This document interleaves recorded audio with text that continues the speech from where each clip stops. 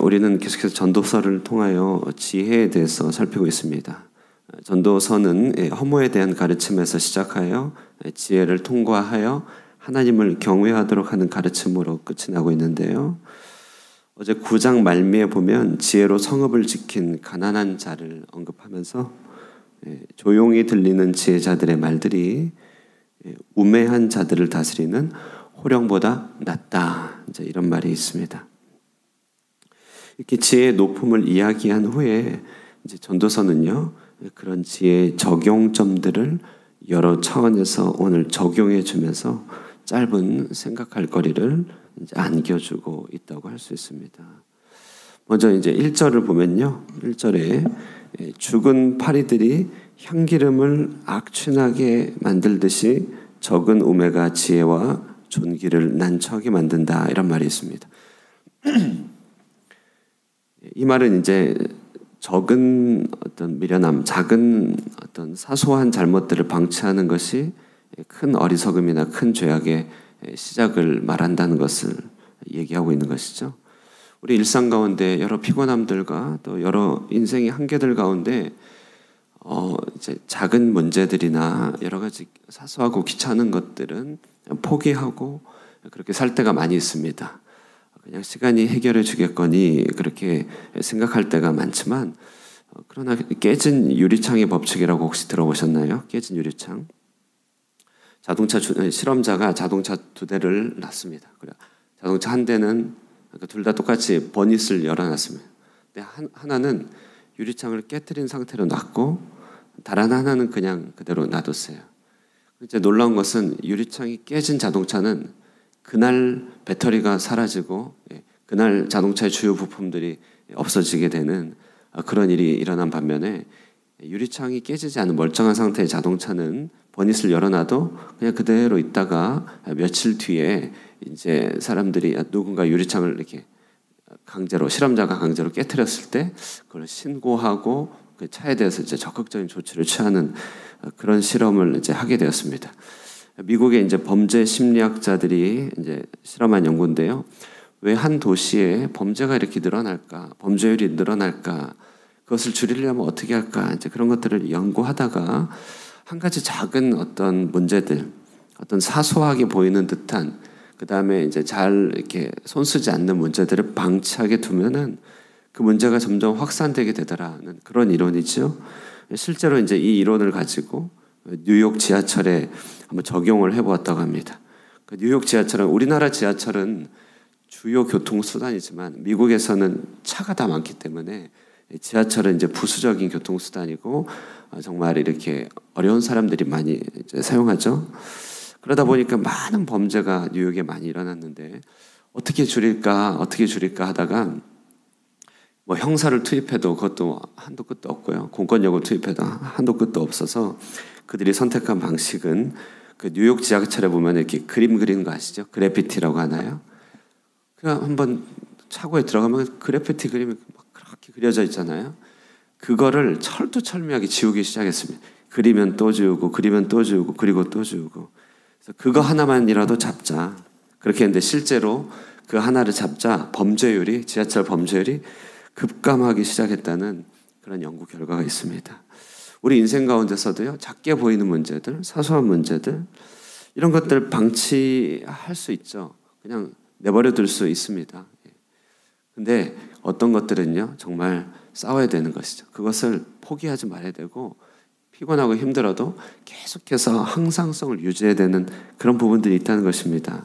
오늘 그것을 본문은 얘기하고 있습니다. 작은 미련함, 사소한 잘못 저지르지 말아라. 죽은 파리들이 향기름을 악취가 나게 하듯이 적은 우매가 지혜와 존귀를 난처하게 만든다. 이런 이야기를 하고 있다고 할 수 있습니다. 자, 그러면 이제 지혜와 우매의 그런 차이는 무엇인가? 2절에 봤더니요, 지혜자의 마음은 오른쪽에 있고 우매자의 마음은 왼쪽에 있다, 이런 표현이 있죠. 지혜자의 마음은 오른쪽에 있고 우매자의 마음은 왼쪽에 있다. 여기 오른쪽은 바른 쪽을 뜻하고 왼쪽은 비껴남과 역행을 뜻하는데요, 두 길이 서로 다르고 서로 목표가 다르다는 것을 말하고 있습니다. 생각하는 바가 확연히 다른 것이죠. 나중에 이제 예수님께서도요, 심판대에서 왼편의 염소와 오른편의 양들을 이렇게 구분해서 말한 적이 있는데요. 이것은 이제 오른편은 무엇을 말하고 왼편은 무엇을 말한다, 이렇게 말하기보다는 뭐 오른편은 뭐 우파, 왼편은 좌파, 이것을 얘기한다기보다는요, 이것은 이제 두 지혜자와 우매자의 길이 완전히 확연히 다르다는 것을 말하고 있습니다. 자, 3절에는요, 재미난 표현이 있습니다. 우매한 자는 길을 갈 때에도 자기 지혜의 부족을 나타낸다, 이런 표현이 있죠. 6절 말씀 한번 읽어볼까요? 6절 말씀. 죄송합니다. 6절이 아니라요, 3절입니다. 3절 읽겠습니다. 시작. 우매.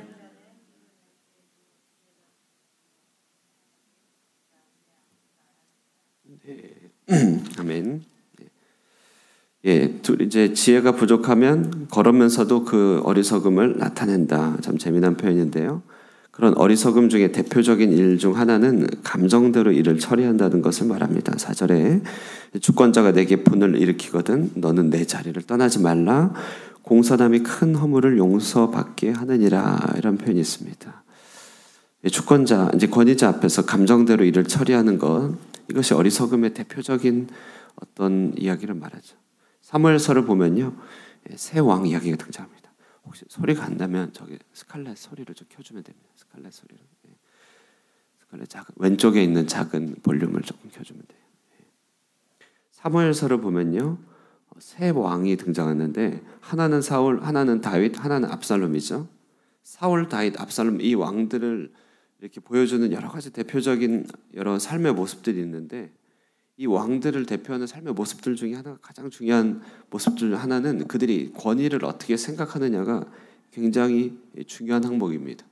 사울은 자기에게 부여된 권위가 하나님에게서 왔다는 생각을 하지 못하였죠. 백성들로부터 왔다고만 생각하여서 백성들을 상당히 의식하였고, 하나님의 법을 멸하면서까지도 백성의 여론을 쫓아가면서 하나님을 이렇게 하나님의 마음을 힘들게 했죠. 대표적인 잘못이 이제 아말렉을 진멸하는 그 하나님의 명령을 따르지 않았죠. 압살롬 같은 경우는요, 역시 윗권인 아버지 다윗의 왕의 권위가 하나님으로부터 왔다는 생각을 하지 못하고 본인이 그 권위를 찬탈하는 반란을 저지릅니다. 그런데 이제 다윗의 경우는요, 철저하게 이 권위가 하나님으로부터 왔음을 너무나 깊이 뼈저리게 인식하였죠. 그는 위로는 사울, 아래로는 압살롬을 대하는 데 있어서 하나님께서 정해주신 권위의 울타리 밖으로 넘어가지 않도록 하기 위하여 정말 죽을 힘을 다합니다. 얼마나 그것이 다윗의 큰 시험인지 모릅니다. 우리는 일이 힘들면 어렵다고 생각하죠. 처리해야 될 과업이 중요하다고 생각하지만 막상 하나님의 일은 하나님께서 세우신 사람들을 통해서 하는 것이고, 각각 은사에 따라서 하는 것이고, 정말 중요한 것은 각자 부여된 여러 가지 하나님께서 정해주신 울타리를 잘 지켜내는 것, 그것이 너무나 중요하죠.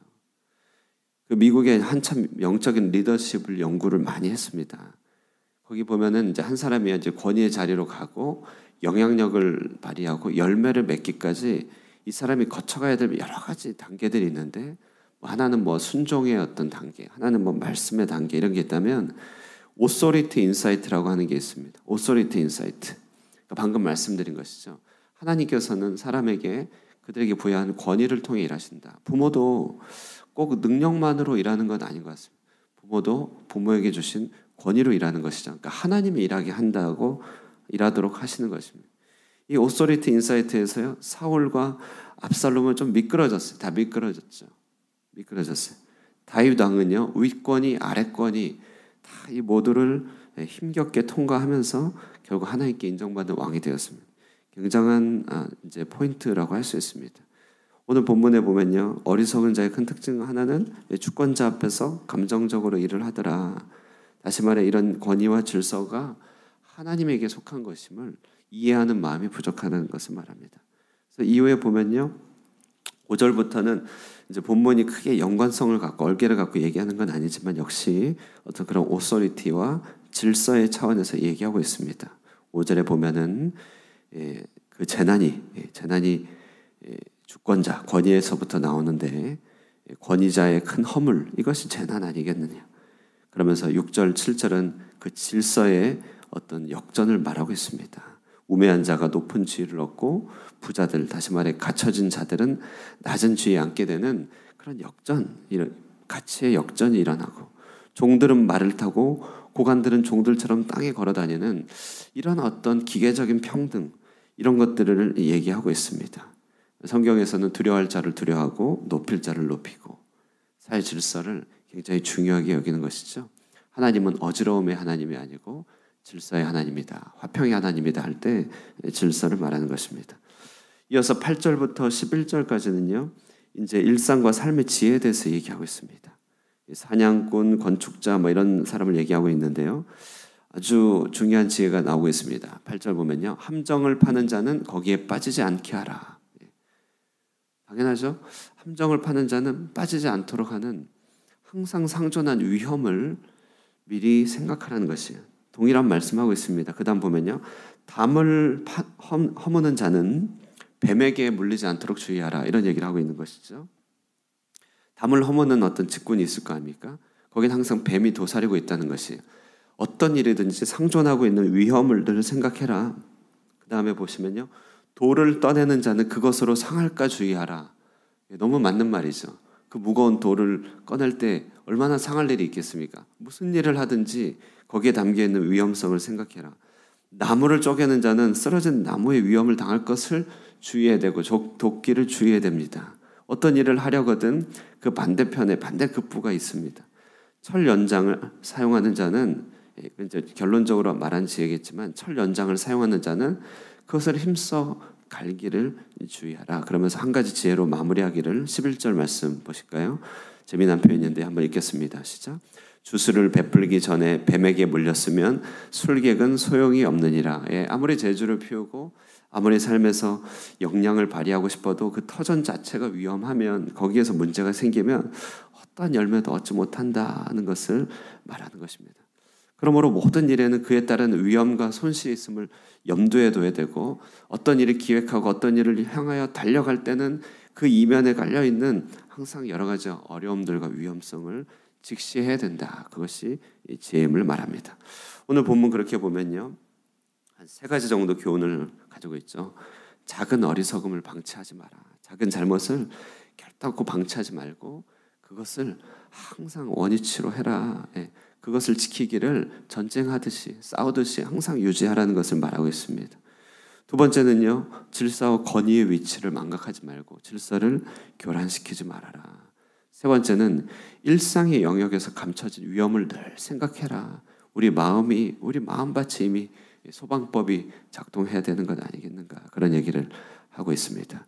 오늘 본문 이렇게 볼 때 이런 지혜를 로고스라고 신약에서 말합니다. 이 지혜가 육신이 된 것을 우리는 성육신이라고 하는 것이죠. 우리 삶 가운데 지혜가 많이 부족할 수 있습니다. 그러므로 참 지혜이신 하나님을 경배해야 되며, 육신이 된 지혜자이신 예수 그리스도를 우리 삶 속에 영접하여서 오늘 하루도 우리 하나님께서 우리 삶을 이끌어 가시도록 할 때 우리 삶에 이처럼 말씀의 지혜가 잘 쌓이게 될 줄로 믿습니다. 오늘 하루도 지혜의 왕이신 예수 그리스도를 삶에 영접하고 그분을 가장 앞세우면서요, 그분의 통치와 지도와 안내 가운데서 오늘 하루도 승리할 수 있게 되기를 주님의 이름으로 축원드립니다. 기도하겠습니다.